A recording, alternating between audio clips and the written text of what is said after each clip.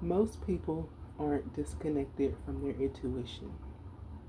They have actually been conditioned not to trust it. The distinction matters because it shifts the conversation from something being wrong with you to something that happened to you. And when you understand that, the path back to self trust becomes a lot gentler. Intuition is often described as the ability to know something directly without conscious reasoning or step by step analysis.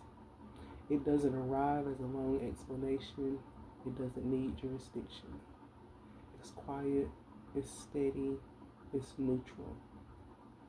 Intuition doesn't try to convince you, it simply informs you, and you will notice.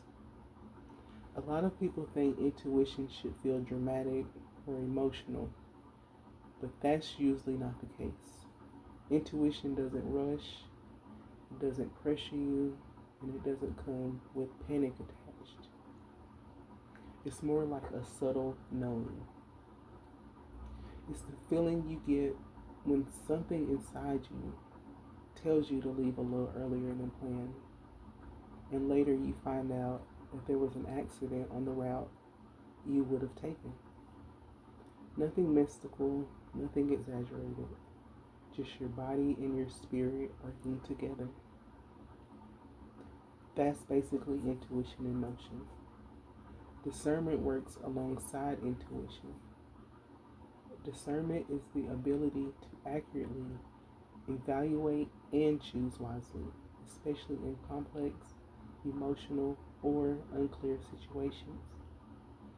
It's knowing what deserves your time, your energy, and your engagement, and what doesn't.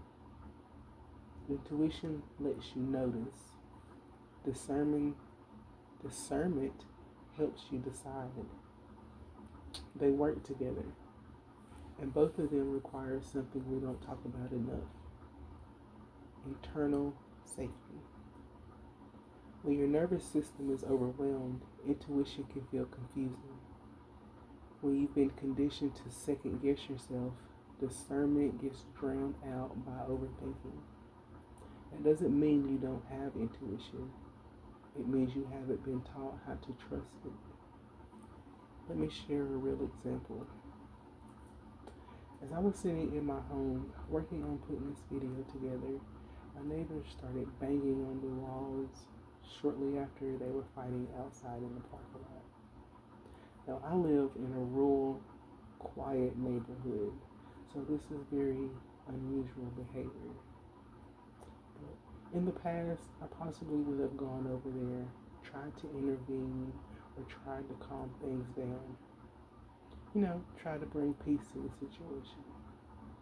But experience, along with healing, has taught me something completely different. My intuition immediately recognized their behavior. My discernment reminded me of the pattern. There are some situations that pull people in and often escalate instead of resolving. They drain your energy. They create unnecessary risk. So instead of reacting, I paused. I stayed home. I spoke calm, protective words over myself and my space. I chose not to engage, not because I was afraid, not because I didn't care, but because I trusted myself. I recognized that staying grounded was the wiser choice for me in that moment. Not long after, the situation settled on its own. That's what healed self-trust looks like in the real world.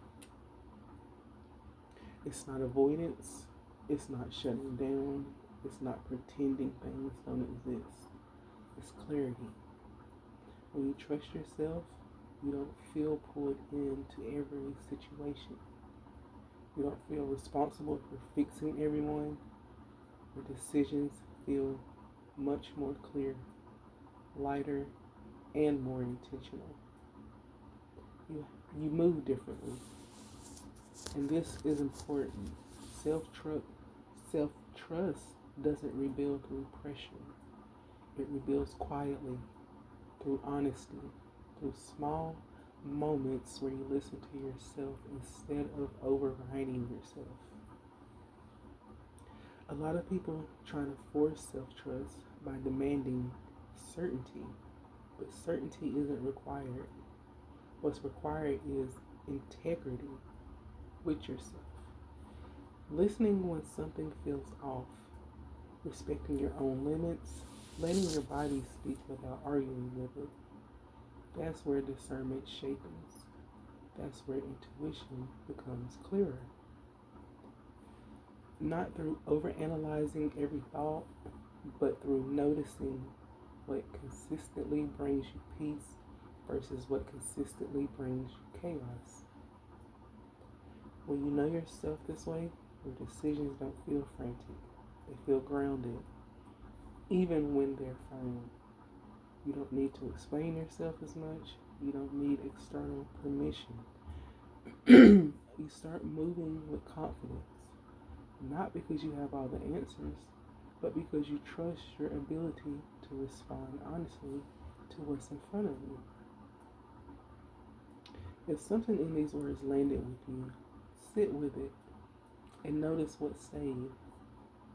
Self-trust rebuilds quietly through honesty, not pressure. I'll see you in the next one. Take care.